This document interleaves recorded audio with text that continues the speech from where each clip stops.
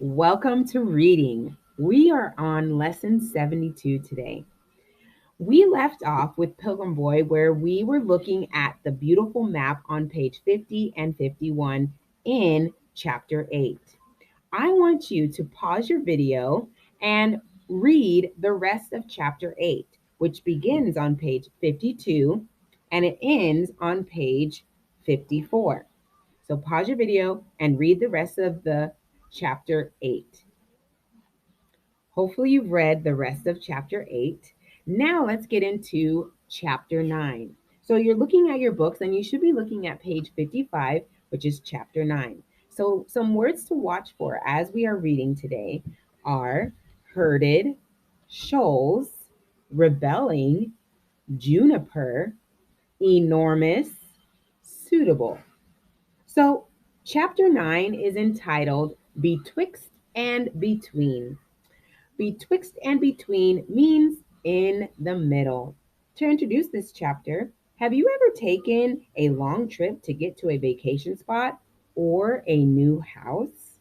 How excited were you when you finally reached your destination?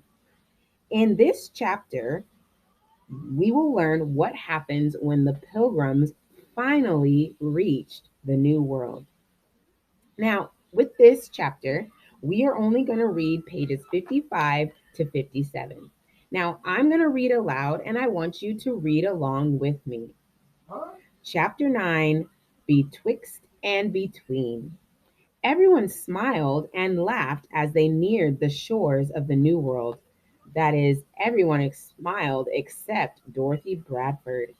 She had scarcely talked to anyone since leaving Holland. Edward overheard the woman say she was sad because she had left her son in Holland. Edward and his friends were glad they were almost to the New World. They scurried up on deck to catch a glimpse of land, but were soon herded down into the hold again.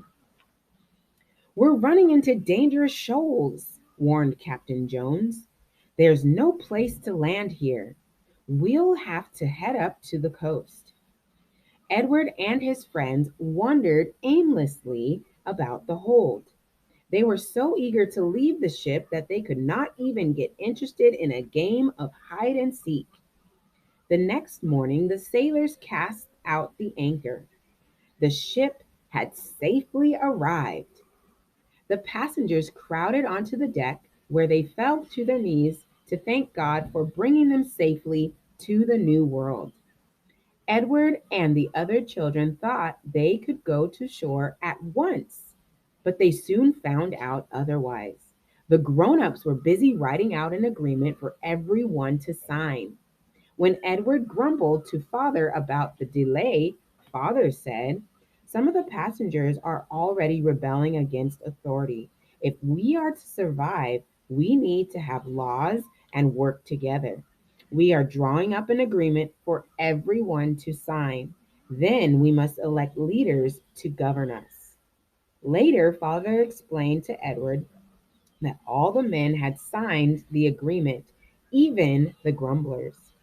They had elected John Carver to be their governor for that first year.